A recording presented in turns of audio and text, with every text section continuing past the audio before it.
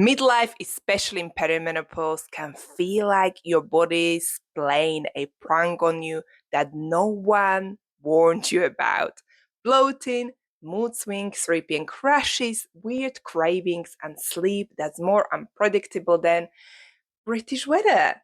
But today we're rewriting the story. I'm sharing 7 daily habits that actually help women in perimenopause to feel their best, and these are grounded in real science, not any TikTok trends. Hello, I'm Misha. I help midlife women lose stubborn weight forever and find their purpose in midlife by aligning their mindset, aligning their identity, lifestyle to feel confident and create a future they truly love. So let's get stuck into it. Habit by habit, you're about to start feeling like yourself again. Let's kick things off with one of my absolute favorites, intermittent fasting. And no, it's not about starving yourself or getting through hunger. It's about giving your body the space it desperately needs to reset. When you're constantly snacking, your body is stuck in digestion mode. But when you fast, you flip the switch into repair mode, balancing hormones, lowering inflammation, and training your body to burn fat more effectively or efficiently. Here is the truth. In perimenopause, insulin resistance is sneaky and relentless. Fasting is one of the most powerful tools to fight back, even starting with a simple 12-12, which means basically 12 hours eating, 12 hours fasting, is a good start to stabilize energy and calm those 3 p.m. sugar crashes or whatever time you get them. And once you realize how energized you feel, you'll be shocked at how easy it is to stretch that window to, for example, by 2 hours to 14:10. So basically, you fasting for 14 hours and you're eating for 10 hours, or 16:8, again, fasting for 16, eating for 8. Even a full 24-hour fast every now and then is absolutely possible for you, and much better in terms of the body reset, giving your body real break for 24 hours. It works wonders. Instead of feeling drained, many women report mental clarity, digestive ease, and a kind of lightness in their body that feels addictive in the best way. And that is exactly how I would describe it. I'm really addicted to that feeling of intermittent fasting because it really gives me so much energy and that lightness and that feeling that I'm real in control what I'm eating. I'm not like raiding cupboards. I got control around my food and what I'm eating and when I'm eating it. Think of fasting like a reset button. And I think that is a really good way to think about it. You're not depriving yourself, you're giving your body the break it's been begging for. I absolutely love how much control intermittent fasting is giving me. And it helps me to manage my eating window and control my cravings. So, for example, in the past, I would really struggle after dinner to be like, okay, that's it, right? I'm not going to go back to the cupboard. I'm not going to have any more snacks. But when I know my eating window is, let's say, from 12 o'clock until 6 p.m., I know after my dinner, right? I have my dinner just before 6 or about 6 o'clock. I'm closing my eating window and I know that's it for me. I'm not going to go back to that cupboard. And that really helps me. I think just the way to think about it, it's just something that I know I'm going to follow because that is how it is. I open my eating window and then I close it. So definitely, if you haven't tried intermittent fasting or you think you can do it, that is exactly where I found myself. I really thought like I'm not the kind of person I can do this. I need to eat often, otherwise I'm starving. No, absolutely not. Please give it a try. Do it gradually. That's the key, and I promise you, you will love it. The next daily habit is to load up on phytoestrogen-rich foods, because when estrogen starts to fluctuate, which it really does in perimenopause, your body is noticing it. And one of the most natural ways to help support hormonal balance is with food rich in phytoestrogens.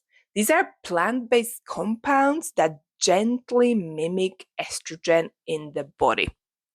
So, great foods full of phytoestrogens are flax seeds, tofu, tempeh. So, not everyone likes tofu, by the way, and I didn't like it until I found different flavored tofus.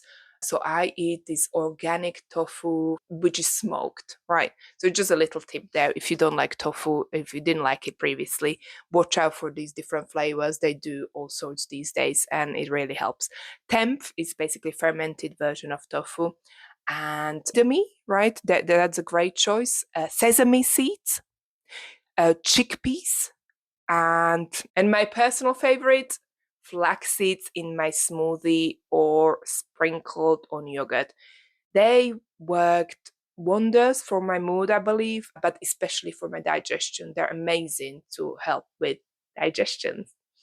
These foods don't replace hormones, but they can help soften the dips, especially when your own estrogen's going a bit rough.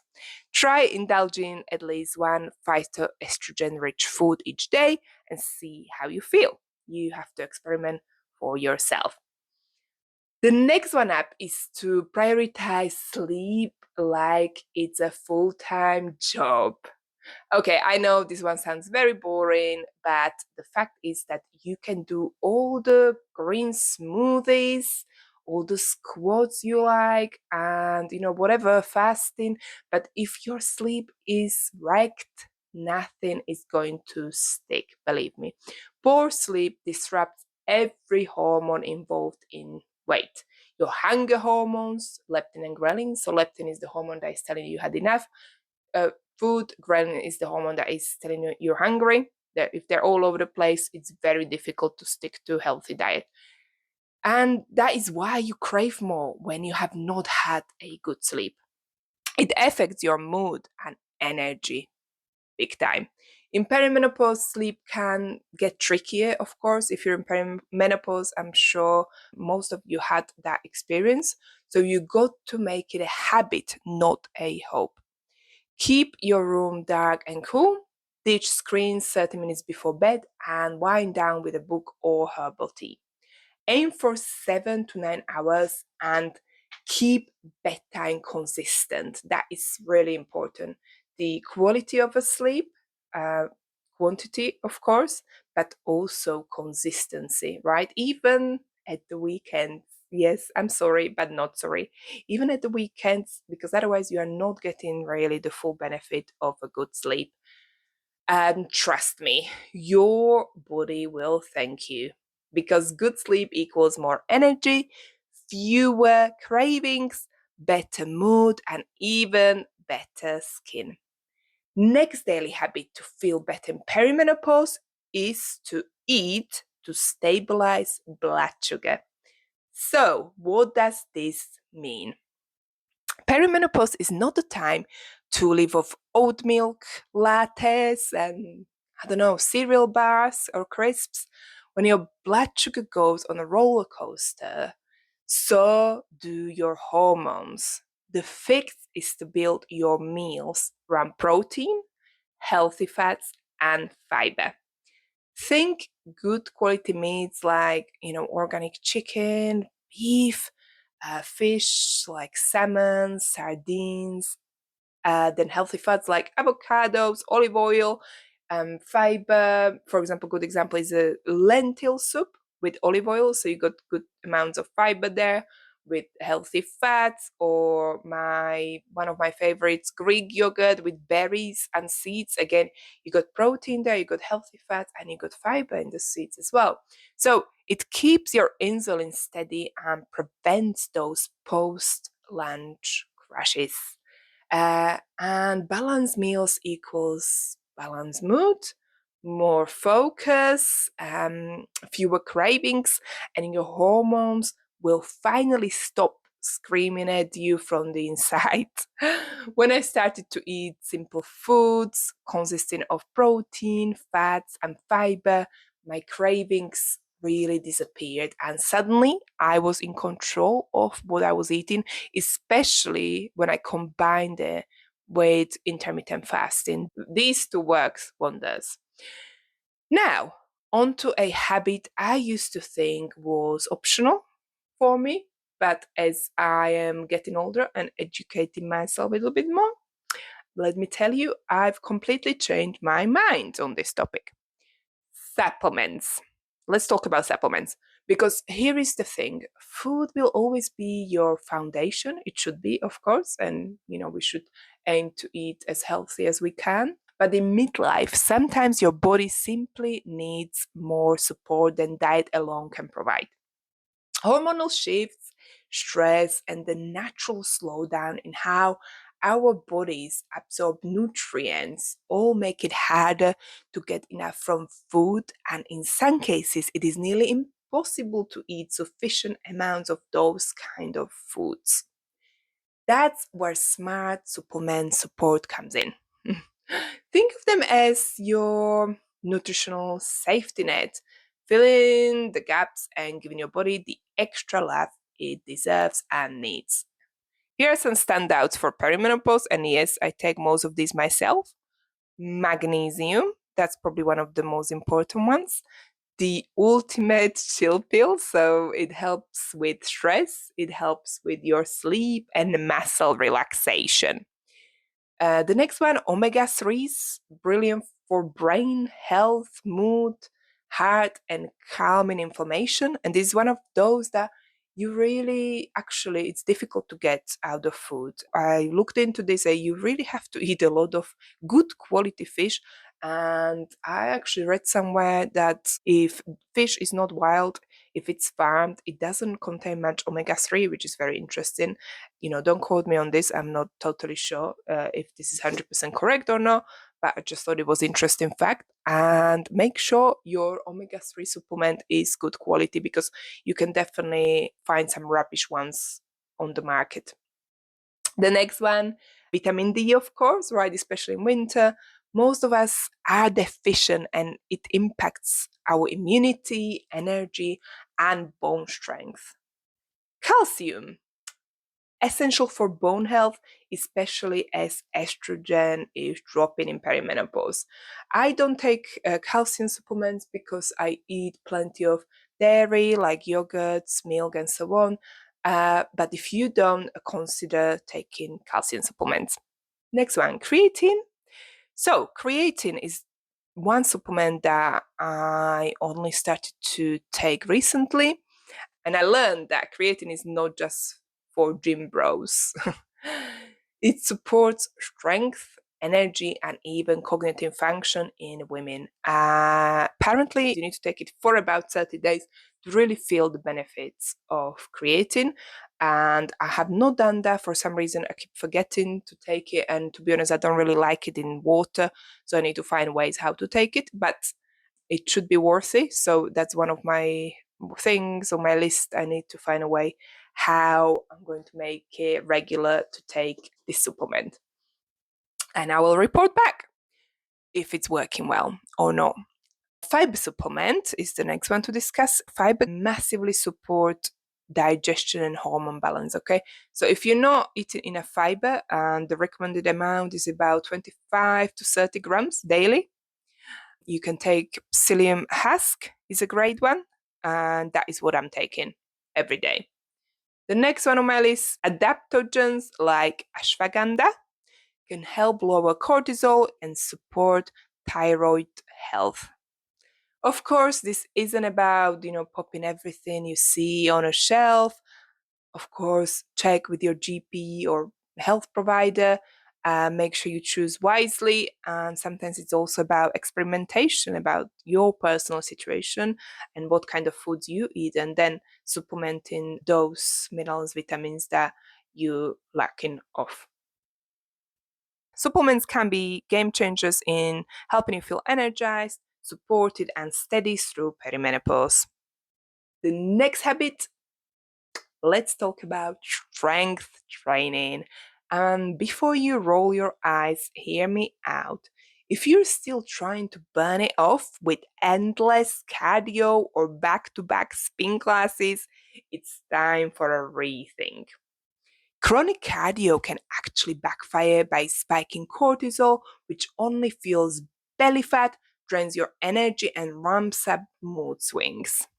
What your body truly craves in perimenopause is muscle. Because muscle supports your metabolism, balances blood sugar, protects your bones, and helps you feel strong and steady. And the way to build it is, of course, strength training. Aim to lift something heavy for about 2 to 3 times a week. So it's not like you have to do this every day. Honestly, like 3 times a week is enough if you want to tone up, right? I mean, unless you want to really become a bodybuilder, you don't need to do it that often. But you do need to do it consistently. Whether that's, for example, dumbbells or resistant bands, kettlebells, or just old good fashioned body weight squats and push ups.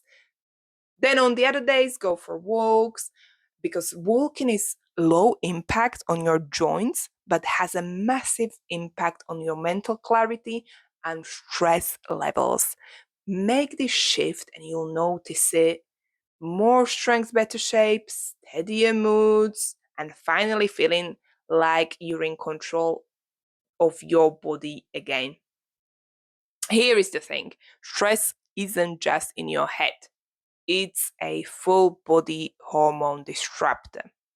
When cortisol, your stress hormone, stays chronically high, it throws everything out of whack. Sleep becomes elusive, mood swings all over the place, your thyroid slows down, and fat storage, especially around the middle, goes into overdrive.